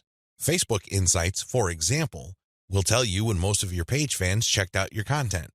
Armed with this information, you should set up your automated software to publish your content in a cluster to fit those optimal times. For example, in the experimental stage, you're publishing one piece of content every hour. That's 24 pieces of content spread out over a full 24 hours. After you checked Facebook Insight, it turned out that 80% of your content views actually take place between 8 a.m. and 5 p.m. You then take those 24 posts and compress them within that 8 a.m. to 5 p.m. window. This is how you publish in clusters. Forget time blocks outside of that time frame. This way, you maximize your chances of the right eyeballs seeing your content. Special notes for Twitter. If you're going to be publishing on Twitter, republish your content many times during the day at the most optimal time frame. Facebook Insight already told you that your content is being viewed within a specific time frame. Chances are your Twitter fans have the same social media viewing habits. Stick to that time frame. Now, here's the secret. Set up your automated content publishing tools to tweet out your best content many times during that time frame, but you also have to rotate different hashtags. This way, you can reach different people looking for hashtags that are related to different subsegments of your niche. Special notes for Facebook. When publishing to your Facebook page, don't hesitate to publish original content that you have published before. Try to avoid publishing only once. Instead, you should sandwich or schedule this republished successful content in between high-quality, curated content. This way, people get more exposure to your best content. Once they click through, you get yet another chance to recruit them to your mailing list. Remember, when you share high-quality third-party content, you're not getting the traffic. You're building credibility, but you're not getting potential list members to your squeeze page. That's just not happening. When you share your own original content, you get a chance to recruit them to your squeeze page. Keep this distinction in mind. This is the reason why you should republish your most successful content by interspersing it with top-rated, curated content. Scale up your targeting. When you're publishing on Facebook and Twitter, you can use hashtags. This is definitely true with Instagram. Regardless of the platform you're on, make sure you play around with how you categorize or tag your content. In any niche, there are many different tags available. Experiment with these. See which tags get the most attention from the social media platform you're sharing a piece of content on. Of course, you're not going to find the magical combination of hashtags overnight. That's not going to happen. This is one of those things that you're going to have to find out by doing it over a long period of time. Still, when you run these experiments, a pattern should emerge. Sooner or later, you would discover that certain hashtags produce a lot more results than others. They draw a lot more eyeballs. They get a lot more attention. Most importantly, they get a lot more engagement. Stick with those. Experiment with tagging niche-focused influencers. When you're doing research on hashtags on Twitter, for example, you would be able to find influencers that specialize in those hashtags. These people just love to post content related to certain topics. They use a narrow range of hashtags every time they post. It seems that's all they focus on. Find these people. Look at their content. Are people retweeting them a lot? Are they getting a lot of love for their content? Do they get a lot of engagement? Are people responding via Twitter? It should be fairly easy to see which accounts are influential in your niche and which aren't. Don't just focus on how many followers they have. Instead, look at the total amount of engagement they get, and also pay attention to the ratio of followers they have to the number of accounts they follow. For example, if I find Mike Smith to be a big poster in my niche because it seems that he just seems to rotate among the 10 hashtags that are most relevant to my niche, I look at his followers in relation to the number of accounts he's following. If he's only following one person, yet he's being followed by 15,000 people, Mike Smith might be an influential person. I say that he might be because I'm also going to have a look at the engagement levels of his posts. Are his posts getting a lot of retweets? Are a lot of people responding? Are a lot of people clicking the heart icon? If his content has these factors, then his account is probably worth following. Most importantly, you should tag influential people on Twitter when you post. You use your most powerful hashtags and you mention them in your post. This can help you get on their radar. These people would be put on notice that you are also sharing content that is similar to the stuff that they are interested in. If they check out your stuff and they like what they see, don't be surprised if they share your content with their following. Engage with them. Let them know about your questions or suggestions. In fact, you should engage with them so much that you can possibly create a relationship where they would publish your guest posts if they're bloggers, or discuss whatever it is you're doing on their social media platforms. At the very least, when you partner with them, they become part of your content distribution network. In fact, a lot of them can even get you interviewed on influential blogs in your niche. Don't think that influencer engagement is simply restricted to tagging people. That's just the beginning. That's actually the tip of the iceberg. They can do so much more for you. You just have to continuously engage them and be social. This doesn't mean that you have to kiss their butt. This doesn't mean that your stock response to all of their posts is amazing post or great post, I love it. That's not going to work. That's not going to push the ball far enough. You have to actually engage. And oftentimes, this might seem like you're criticizing them. This might seem that you are offering a negative view, but you need to get their attention. You need to bring home the point that you actually know your stuff and that you are also credible in the same niche space. That's how you get them to take you seriously. That's the kind of engagement that builds respect. Otherwise, you're just going to look like another member of the choir. They really don't have any incentive to interview you or post your guest content. Why should they? You're not really sharing any information or suggesting any points of view that are different or distinctive. Experiment with paid traffic. Only after you have spent a lot of time drumming up free traffic from social media marketing should you even think of buying traffic. I know this sounds a bit extreme, but it's the absolute truth. Why? Well, in the beginning, you don't know when your target audience members will be reading your content. In the beginning, you don't know what their demographic breakdown looks like. How many males compared to females are in your audience pool? Do males or females like certain types of content that you share? What are their age ranges? Where are they located? I hope you see the big picture here. You have to use free traffic to do initial audience intelligence. Once you've gotten all these important insights, you can then start paying for Facebook ads and other platforms' ads. If you start any earlier than this point, you probably would end up wasting your money. Study your statistics first. Pay close attention to audience patterns. Take out ads based on these patterns. Sell to your list differently. At this point, you have turned social media traffic into list members. Congratulate yourself. You've managed to do something the vast majority of social media marketers cannot do, or, worse yet, don't even think about doing. It's quite an accomplishment. Unfortunately, even at this point, it's still too easy to drop the ball. In fact, a lot of people who have mailing lists stay with one mailing list. They think that as long as people who visit their blog sign up to their mailing list, they're good. Well, at a certain level, they're correct. A certain percentage of those list members will buy affiliate products that you promote on your list. A certain fraction of your mailing list will buy your original products. Some may even visit your online store and buy merchandise. But the problem here is that if you accept this scenario, you are settling for cents on the dollar. You really are. Don't you want to maximize the value of all your hard work, focus, and energy you invested in your venture? Wouldn't you want to maximize your return on effort? If you want to get maximum results from your mailing list, You have to sell your list differently. There are really no two ways about it. Every other approach would lead to, at best, mediocre results or, at worst, no results at all. Keep the following tips in mind. Use different content on your list. When people join your mailing list, chances are they join because they got exposed to some of your content. They already know what you talk about. They are already familiar with the quality of your content. They understand the themes that you focus on. That's why it doesn't make any sense for you to feature the same exact content on your list. Sure, you may make some changes. You might change the title. You might even switch things around. But people aren't dumb. They can see right through that. They can see that you are recycling content and feeding them stuff that they have probably seen before. Do you think this kind of practice builds confidence? Do you believe that doing things this way will build trust? Of course not. You have to use different content. What kind of content will you have to use? Well, first of all, you already know what your most popular pieces of content are. Start with these. No, I'm not talking about republishing them. I'm talking about analyzing them and seeing where the gaps are. Are there any questions that are left unanswered? Are there any questions that were raised by the answers that you gave in those popular pieces of content? These should be enough to get your mind going as to the kind of finely tuned, high-value content that you're going to be sharing on your list. Remember, your updates are the ultimate reward to your list members. Sure, you may have positioned your squeeze page to reward subscribers with a premium, but once they downloaded that premium, they really have no other incentive to keep reading your emails. Do you see how that works? So do yourself a big favor and make sure that the update content you send is the reward. That's how you get people to open your emails and read your materials over and over again. Reward them for being on your list.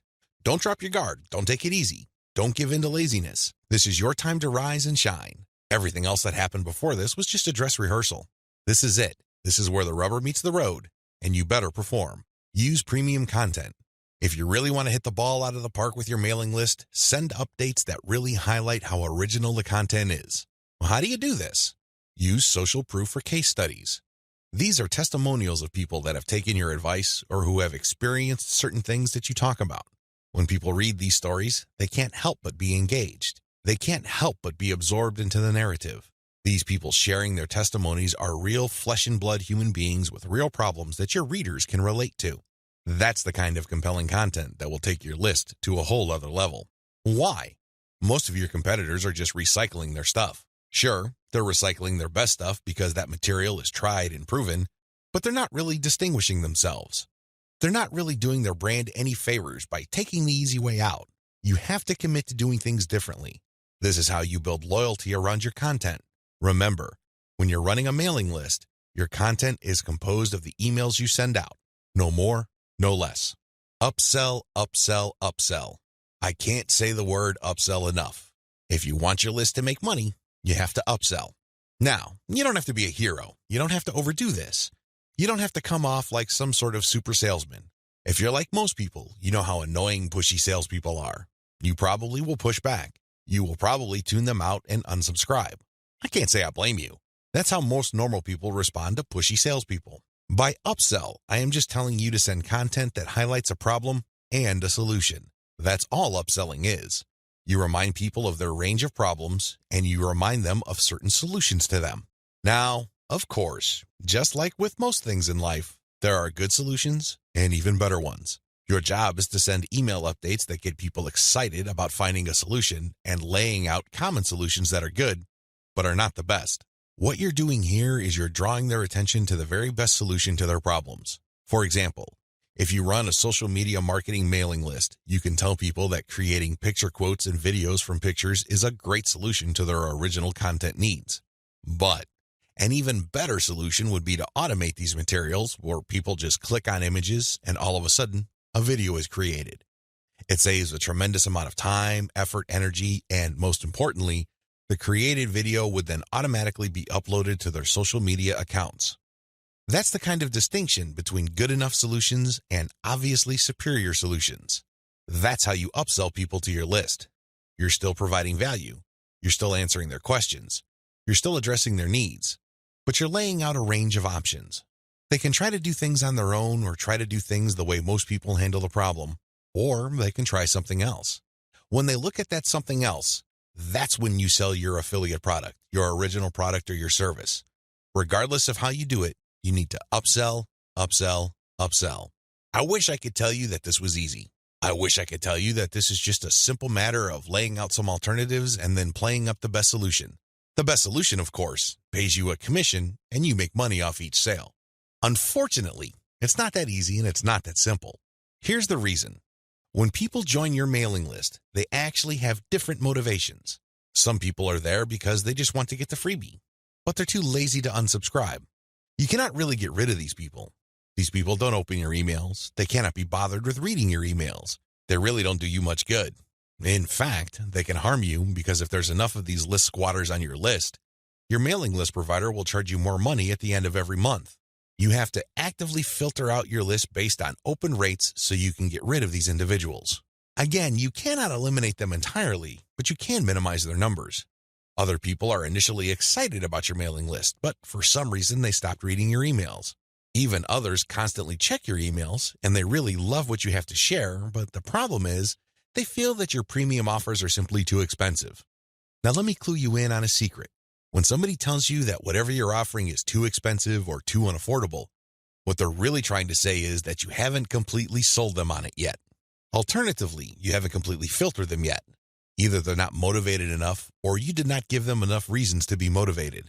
Regardless, they're still on the fence. You need to push them off the fence. Expert salespeople know this because in the big scheme of things, there's no such thing as unaffordable. If you talk to somebody and you convince that person that they absolutely need to buy your product, there's really no difference between a $10 product and a $1,000 product. They will get that product because you have elevated their perception of that product to the realm of need. People take care of their needs first. Their wants are often left at the back burner. I hope you understand this. I hope you get this. It's not because your affiliate product is too expensive in absolute terms. Instead, it's because you have failed to either qualify the prospect or make your case. And this is why simply upselling by itself is not going to work. You have to take the next step, which I'm going to describe below. Use the $1 list filtration method. You have to filter your list members into two groups, interested people and interested people who buy. These are two totally different groups of people. Now, please understand that just because people open your emails religiously, it doesn't necessarily mean that they would buy from you. Like I said above, maybe you did not present your case properly. Maybe you did not qualify them properly. This $1 list filtration technique that I'm going to teach you enables you to filter your list members properly. What you would do is, instead of trying to upsell people to $19.95, $34.95, or $349.50, or any other similarly priced products, everything that you're going to be selling on your general list will be priced $1. No more, no less. By general list, I'm talking about the list all people who sign up to your mailing list get on. This is your default list. I want you to treat this general list as your starting list. This is kind of like the vast, unfiltered, generic mass of people who are interested in your brand. When you upsell people using $1 offers, you enable people to segregate themselves based on their motivations. These are people who are motivated enough to spend $1. In other words, they see the value in your content, and they are willing to put their money where their mouth is. Now here's the secret. There's really very little distance between paying $1 for something and paying $100 for something. This is a lesson I learned firsthand. When I first tried this, I thought the only people that will get on my dollar list are cheapskates. These are misers. In the back of my mind, I thought that they're just not going to buy big-ticket items. Boy, was I proven wrong. If somebody is able to psychologically hurdle the distance between 0 and 1, they can, given enough exposure and enough content, hurdle the difference between $1 and $100. This is not theory, nor is it speculation. I see this all the time with my own two eyes. Your job is to filter your general list. You're basically telling people, when you run these $1 offers, to prove to you whether they are just interested or truly interested. This is a self-segregating mechanism. Use it. People who sign up for your general list are interested in quality content. That's what they're there for. But only a fraction of them would actually be willing to pay money. You make your money off this golden fraction. You use your buyer's list to make real money. Again, you have to sell your list differently. This applies to your two types of mailing lists as well. Your general list, they get quality information that is distinctive like social proof and case studies along with upsell messages. Your buyer's list, on the other hand, gets more in-depth material with higher value upsells. Again, if somebody's willing to go from $0 to $1, you have a tremendous opportunity to get that person to go from $1 to $100, $1,000, or whatever amount you want. Now, keep in mind that the higher the dollar value, the lower the conversion rate, but you get the point. You have to get people to segregate themselves based on their readiness, willingness, and eagerness to buy. And since $1 is essentially friction-free, this list filtration method works like a charm. Reinvest your profits the right way. By this point, the $1 filtration method has enabled you to make a decent chunk of cash every single month from social media traffic. The next step is to create a business. At this point, you might be feeling that you're just engaged in a hobby. It's a well-paid hobby, but still a hobby nonetheless. This too can be a trap. This can hold you back from the great success that you could otherwise achieve with social media. How do you turn the information that I shared with you into a platform for a business that can withstand the test of time? Simple. Reinvest your profits the right way. Move into other niches after you master your system. This training helps you identify your target niche.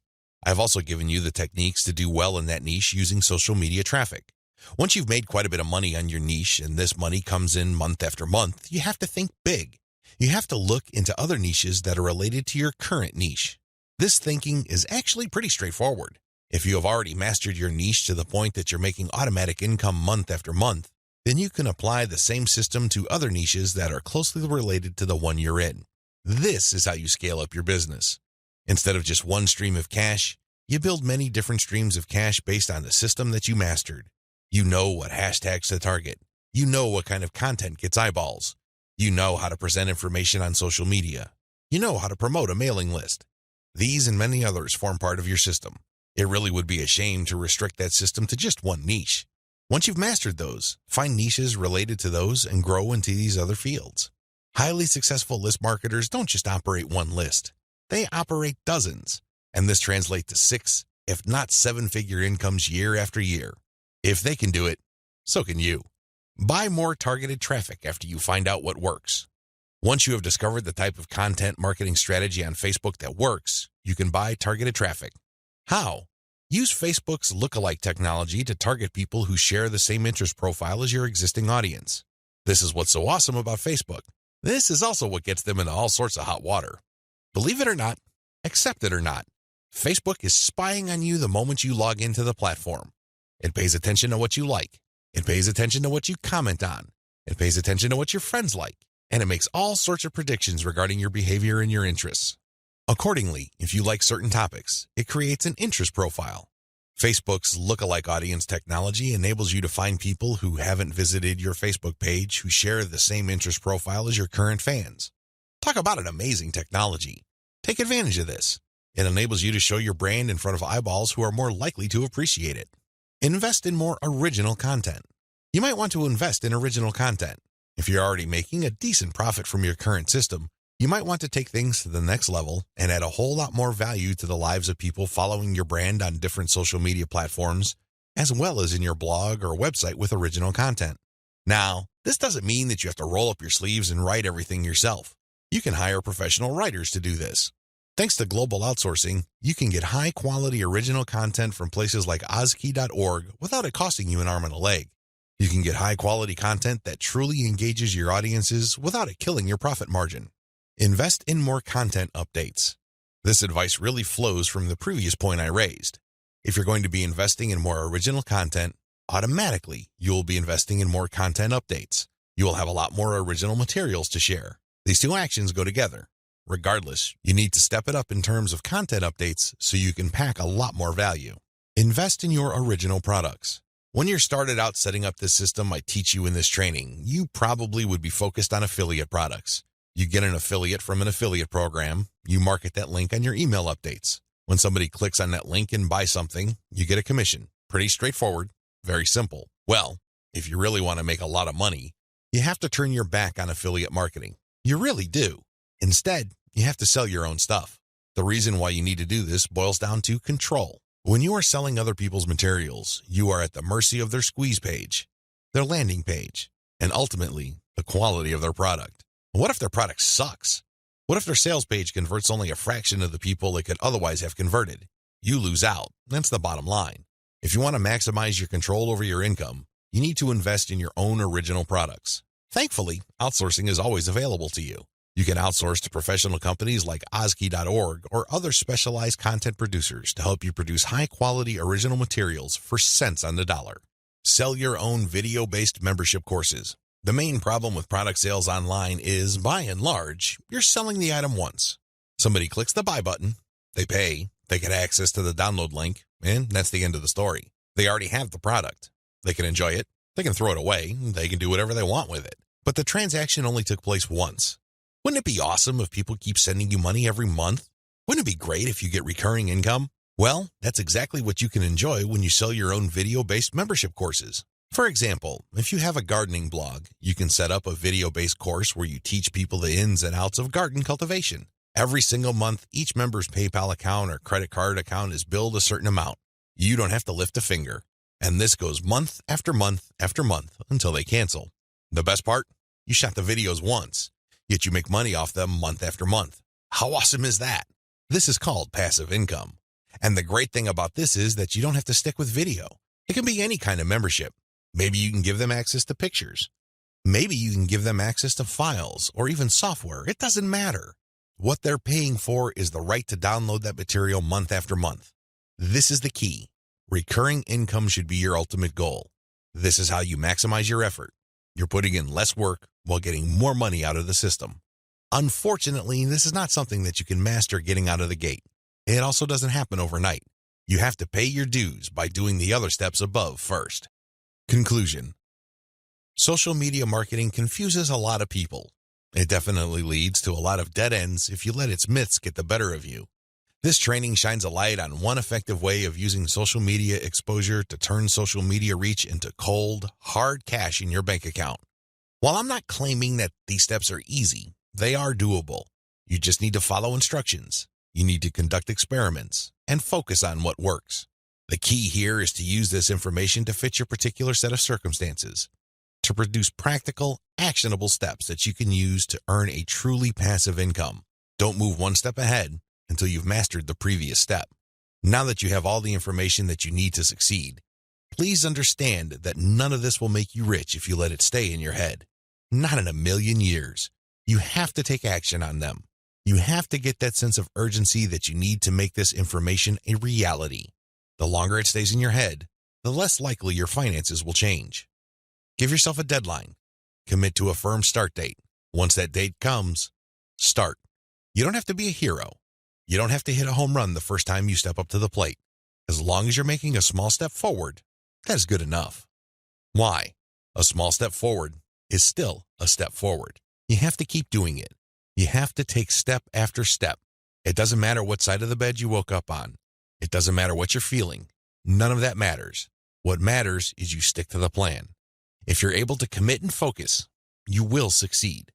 I wish you nothing but the greatest success. Thank you for watching this training.